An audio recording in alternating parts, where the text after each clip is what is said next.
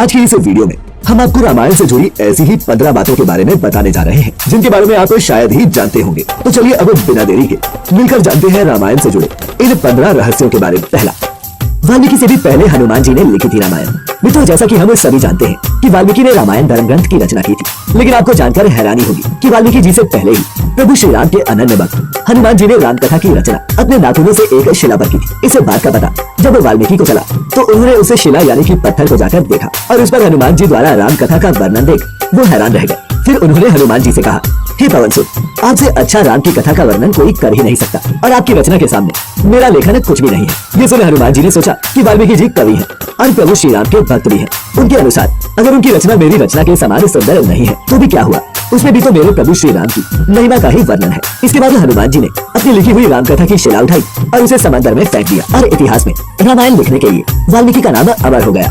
दूसरा, रामायण में ही हुई गायत्री मंत्र की रचना। मित्रों, क्या आप जानते हैं कि रामायण में लिखित श्लोक से ही गायत्री मंत्र की भी रचना हुई है? अगर नहीं जानते तो मैं आपको बता दूं कि महर्षि वाल्मीकि द्वारा रामायण में 24,000 श्लोक हैं और हर 1,000 श्लोक के बाद आने वाले पहले अक्षर से ही गायत्री मंत्र बनता है। इन्हीं 24 अक्षरों से गायत्री मंत्र की रचना हुई है। तीसरा, किसके अवतार थे भगवान राम के भाई? मित्रों, हम सभी जानते हैं कि प्रभु श्री राम भगवान विष्णु जी के अवतार थे, लेकिन क्या आप ये जानते हैं कि उनके तीनों भाई किसके अवतार थे? मित्रों, लक्ष्मण को भगवान विष्णु की शैया शेषनाग का अवतार माना जाता है, जबकि भरत और शत्रुघ्न को क्रमशः भगवान विष्णु द्वारा हाथों में धारण किए जाने वाले सुदर्शन चक्र और शंखशैल का अवतार माना गया है। चौथा, राम की बहन शांता की कथा। मित्रों, आमतौर पर अधिकतर लोग यही जानते हैं कि राजा दशरथ के 4 पुत्र थे, प्रभु श्री राम, लक्ष्मण, भरत और शत्रुघ्न, परंतु ये सच पूरा नहीं है। राजा दशरथ की 4 पुत्रों के अलावा एक पुत्री भी थी जो आयु में इन 4 भाइयों से बड़ी थी। इनका नाम शांता था और इनकी माता कौशल्या थी। अपनी इस पुत्री को बाद में राजा दशरथ ने अंग देश के राजा रोमपद और उनकी रानी वर्षिणी को गोद दे दिया था, क्योंकि उनको कोई संतान नहीं थी। फिर उन दोनों ने बहुत स्नेह के साथ उसका पालन पोषण किया और माता पिता के सभी कर्तव्यों को निभाया। बाद में राजा रोमपद ने शांता का विवाह ऋषिशृंग ऋषि के साथ कर दिया, जिसे जुड़ी कथा बड़ी ही रोचक है। कथा के अनुसार एक दिन राजा रोमपद अपनी पुत्री शांता से बात कर रहे थे। उसी समय उनके द्वार पर एक ब्राह्मण आए और उन्होंने राजा से प्रार्थना की कि वर्षा के दिनों में खेतों की जुताई के लिए राज दरबार की ओर से मदद प्रदान करें। परंतु ब्राह्मण की बात राजा रोमपद को सुनाई नहीं दी और वे पुत्री के साथ बातचीत करते रहे। जब काफी देर बाद भी ब्राह्मण का कोई उत्तर न मिला तो वे दुखी हो गए और वे राजा रोमपद का राज्य छोड़कर चले गए। वे ब्राह्मण इंद्र के भक्त थे। अपने भक्त की ऐसी अनदेखी पर इंद्रदेव राजा रोमपद पर क्रोधित हो गए और उन्होंने उनके राज्य में पर्याप्त वर्षा नहीं की, जिससे खेतों में खड़ी फसलें सूखने लगी। अपनी प्रजा को दुखी देख राजा रोमपद ऋषिशृंग ऋषि के पास गए और उनकी सलाह पर एक यज्ञ किया, जिसके बाद उनके राज्य में पर्याप्त वर्षा हुई और खेत खलिहान पानी से भर गए। इसके बाद राजा ने अपनी पुत्री शांता का विवाह ऋषि से करवा दिया और वे दोनों सुखपूर्वक रहने लगे।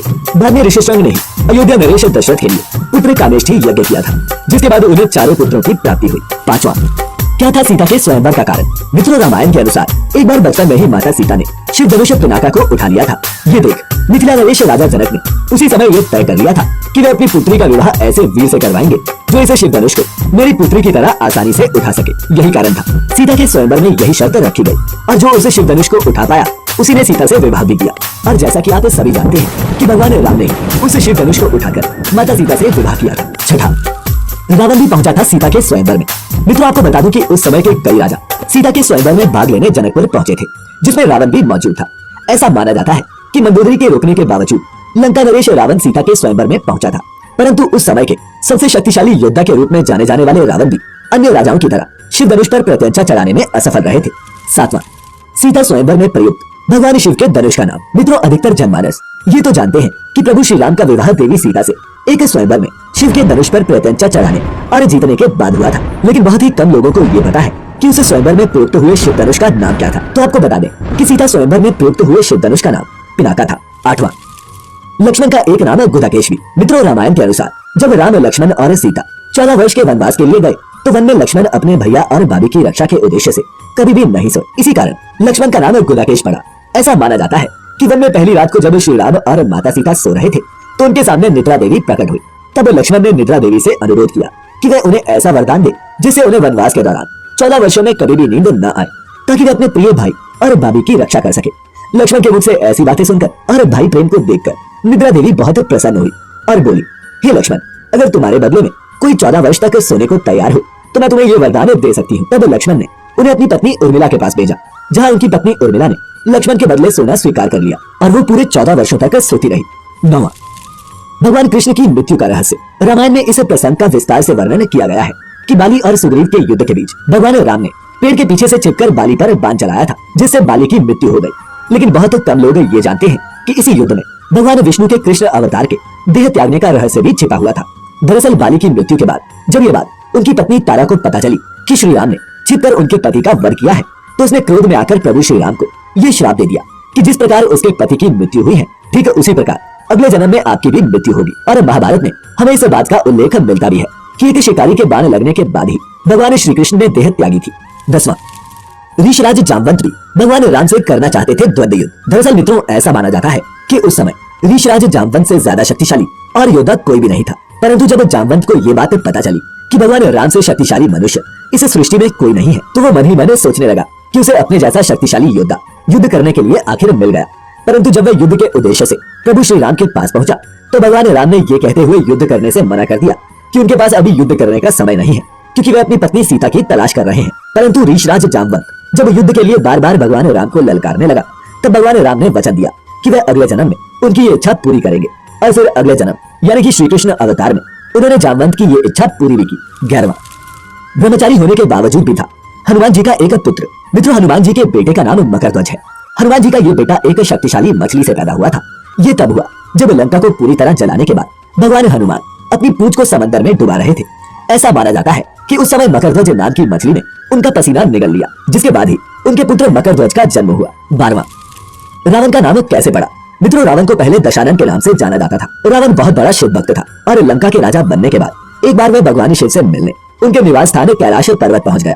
परंतु जब कैलाश पहुंचा तो द्वार पर शिव जी के द्वारपाल नंदी ने उसे रोक दिया, क्योंकि उस समय भगवान शिव ध्यान में थे। पहले तो रावण को बहुत क्रोध आया, परंतु अपने क्रोध को शांत करते हुए और अपनी भक्ति भावना को साबित करने के लिए वह कैलाश पर्वत को ही उठाने लगा, जिस वजह से कैलाश पर्वत हिलने लगा और भगवान शिव का ध्यान भंग हो गया। वह क्रोधित हो उठे और फिर उन्होंने अपना पैर पर्वत पर टिका दिया। भगवान शिव के ऐसा करने से रावण के हाथ की कुछ अंगुलियां पर्वत के नीचे दब गई, जिससे उसे असहनीय पीड़ा होने लगी। परंतु अपने आराध्य देव भगवान शिव को प्रसन्न करने के लिए इस अवस्था में भी उसने तांडव मंत्र का उच्चारण जोर जोर से किया। ये देख भगवान शिव हैरान रह गए और सोचने लगे कि इतने कष्ट में होते हुए भी मुझे शांत करने के लिए कोई साधारण मनुष्य तांडव कैसे कर सकता है। फिर वह दशानन के पास आए और उसकी भक्ति देखकर उन्होंने ही दशानन को रावण नाम दिया, जिसका अर्थ होता है ऐसा व्यक्ति जिसकी दहाड़ तेज हो। 13वां, रावण ने की थी भगवान राम की मदद। मित्रों, ये तो हम सभी जानते हैं कि रावण ने माता सीता का अपहरण किया था, जिसके बाद भगवान राम ने उसका वध किया। लेकिन क्या आप जानते हैं कि एक बार प्रभु श्री राम को भी रावण की सहायता की आवश्यकता पड़ी थी। दरअसल जब प्रभु श्री राम अपनी वानर सेना के साथ लंका पर चढ़ाई करने रामेश्वर के तट पर पहुंचे, तो उन्होंने समुद्र पर पुल का निर्माण करवाया। लेकिन पुल का निर्माण शुरू करने के लिए श्री राम को भगवान शिव का आशीर्वाद चाहिए था, जिसके लिए उन्हें यज्ञ करना पड़ा। लेकिन जब भगवान राम को पता चला कि इस यज्ञ को सिर्फ एक ब्राह्मण या फिर कोई ज्ञानी पुरुष ही करा सकता है, तो वे सोच में पड़ गए। फिर सुग्रीव की सलाह पर उन्होंने उस यज्ञ को कराने के लिए रावण को निमंत्रण भेजा। चूंकि रावण भगवान शिव का परम भक्त था, इसीलिए उसने श्री राम का यह निमंत्रण स्वीकार कर लिया और यज्ञ करवाया भी। रावण न केवल उस यज्ञ को करवाने आया, बल्कि उसने यज्ञ की समाप्ति के बाद भगवान राम को ये आशीर्वाद भी दिया कि वे जिस उद्देश्य से ये यज्ञ कर रहे हैं वे सफल हो। जबकि वह भली भांति जानता था कि श्री राम इस पुल का निर्माण उसी से युद्ध करने के लिए कर रहे हैं। 14वां, देवराज इंद्र के कारण कुंभकर्ण को सोने का वरदान प्राप्त हुआ। मित्रों, कुंभकर्ण रावण का छोटा भाई था, जो दिखने में बहुत ही भयानक था। रामायण में इस बात का जिक्र मिलता है कि कुंभकर्ण 6 महीने सोता रहता था। लेकिन क्या आप जानते हैं कि वे 6 महीनों तक किस कारण सोता था? रामायण में वर्णित कथा के अनुसार एक बार कुंभकर्ण की तपस्या से प्रसन्न होकर ब्रह्मा जी उसके सामने प्रकट हुए और उन्होंने उसे वरदान मांगने को कहा। उधर देवराज इंद्र को इस बात से डर लगने लगा कि कहीं कुंभकर्ण वरदान में इंद्रासन न मांग ले। अतः उन्होंने देवी सरस्वती से अनुरोध किया कि वे कुंभकर्ण की जीवा पर बैठ जाएं, जिससे वे इंद्रासन के बदले निद्रासन मांग ले। इसके बाद जैसे ही कुंभकर्ण ने वरदान मांगने के लिए अपना मुख खोला, सरस्वती देवी उनकी जीवा पर जाकर बैठ गई और वह ब्रह्मा जी से इंद्रासन की जगह निद्रासन मांग बैठा। और इस प्रकार ब्रह्मा जी ने कुंभकर्ण को निद्रासन का वरदान दे दिया। 15वां, पंचमुखी हनुमान। मित्रों, लंका युद्ध के दौरान रावण का भाई अहिरावण राम और लक्ष्मण का अपहरण कर उन्हें पाताल लोक ले गया था। फिर उनको खोजते हुए हनुमान जी भी पाताल लोक जा पहुंचे, लेकिन द्वार पर उनको अपने ही पुत्र मकरध्वज से युद्ध करना पड़ा, जो उस समय पाताल लोक के द्वार पर पहरा दे रहा था। अपने पुत्र को हराने के बाद जब हनुमान जी पाताल लोक पहुंचे, तो उन्हें पता चला कि अहिरावण की जान 5 दिशाओं में रखी हुई दीपों में बसती है और इसका वध करने के लिए इन 5 दियों को एक साथ बुझाना जरूरी है। और इसी समय हनुमान जी ने अपना पंचमुखी रूप धारण किया, जिसमें से एक सिर वराह का, एक नरसिंह का, एक गरुड़ का, एक हागर का और एक हनुमान जी का खुद का था। इस पंचमुखी हनुमान से हनुमान जी ने एक साथ 5 दीपों को बुझा दिया और फिर वहां से भगवान राम और लक्ष्मण जी की जान बचाई। तो मित्रों, क्या इस वीडियो को देखने से पहले आप रामायण के इन रहस्यों के बारे में जानते थे?